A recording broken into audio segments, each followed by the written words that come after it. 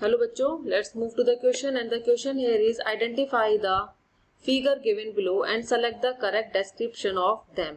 And option A is gemmules in the sponges form in adverse condition, budding in hydra produce after in situ fertilization. Hypnospores formed in algae in favorable condition and oidia formation in fungi in acidic and sugar rich medium. हमें यहाँ पे according to the diagram हमें explanation देना है. Option number ए में कहा गया gemmule in sponge form in adverse condition. Yes, this is the diagram of gemmule. और जेम्यूल क्या है? जब जेम्यूल जब असेक्सुअली रिप्रोड्यूस होता है, स्पॉन्ज जब असेक्सुअली रिप्रोड्यूस होता है तो ये क्या बनाता है? ये asexually produce mass of cell. Gemmule is a asexually produce mass of cell. लिख रहा है मास ऑफ सेल है. और ये क्या होता है? ये कैपेबल होता है of developing into new organism. But ये इस तरीके से मास ऑफ सेल बनाता क्यों है? जब इसकी एडवर्स कंडीशन होती है, यानी कि अनफेवरेबल कंडीशन होती है, जब ये अनफेवरेबल कंडीशन में होता है तब ये क्या बना लेता है? ये स्पॉन्ज जेम्यूल्स की शेप में या फिर जेम्यूल्स बना लेता है. और ये जेम्यूल्स क्या है? मास ऑफ द सेल, जो कि कैपेबल होता है into forming new organisms, right? So that we can say that this option is the correct option.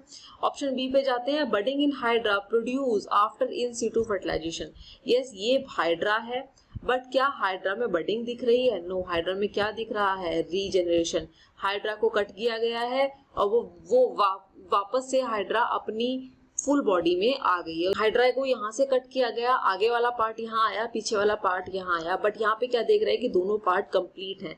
It means यहाँ क्या हुआ है? रीजेनरेशन हुई है, नॉट बडिंग. बडिंग नहीं हुई है, रीजेनरेशन हुई है. That's why we can say that this is the wrong option. In hypnospores form in algae in the favourable condition.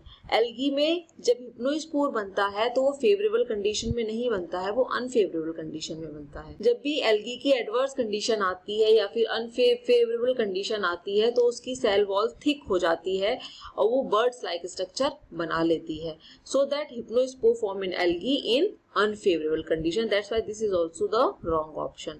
Option D says oidia formation in the fungi in acidic and the sugar rich in the asexual reproduction of the mucus and the rhizopus.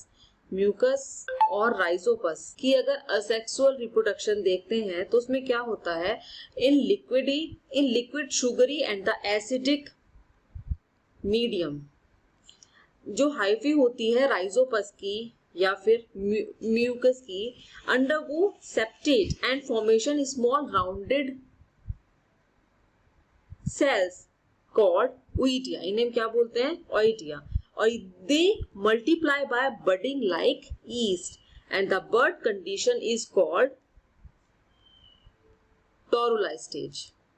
This is the toruli stage and it take parts in the alcoholic fermentation. On the transfer to a suitable solid medium, each oidium forms a new mycelium.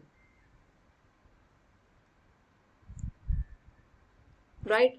So हम यहाँ कह सकते हैं option number A and the option number D is the correct option. So we can say that option number A and option number D is the correct option. Here is option number A and C wrong. Here is option number A and D. yes, these are a and the option number B is the correct option. Hope you understand it well. Best of luck. Thank you.